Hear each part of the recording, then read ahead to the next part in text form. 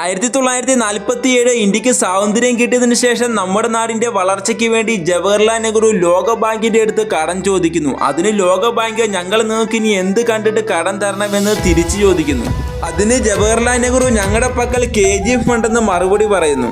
അതെ, കർണാടക സംസ്ഥാനത്തുള്ള KGF 1500 വർഷങ്ങളായിട്ട് ഈ ലോകത്തിന് പ്യുവർ ഗോൾഡ്, അതായത് തങ്കം നൽകിക്കൊണ്ടിരിക്കുന്നു. രാജരാജ ചോളൻ, ഹൈദർ അലി, ടിപ്പു സുൽത്താൻ തുടങ്ങി പല രാജാക്കന്മാരും ഈ ഒരു ഖനിയിൽ നിന്നാണ് സ്വർണം എടുത്തിട്ടുള്ളത്. രാജാക്കന്മാർ അവരുടെ കാലത്ത് ഈ ഒരു ഖനിയിൽ നിന്ന് സ്വർണം എടുത്തതിന് ശേഷം വേറെ ആരെ കൊണ്ടും ഈ ഒരു ഖനിയിൽ നിന്ന് സ്വർണം എടുക്കാൻ സാധിച്ചില്ല. കാരണം ഈ ഒരു ഖനിയിൽ പണിയെടുക്കാൻ വേണ്ടി 10,000 ആളുകൾ ആവശ്യമാണ്. പല ജീവനുകളും നഷ്ടപ്പെടും. അതായത് വർഷം 1871. ഇപ്പോഴാണ് പുതിയ അധ്യായം ആരംഭിക്കുന്നത്. ജോൺ ടൈലർ ആൻഡ് സൺസ് എന്ന കമ്പനി ഇന്ത്യയിൽ വരുന്നു. 10,000 പാവപ്പെട്ട മനുഷ്യർക്ക് ഈ ഒരു ഖനിയിൽ ജോലി കൊടുത്ത് 10,000 ടൺ സ്വർണം വെളിയിലെടുക്കുന്നു.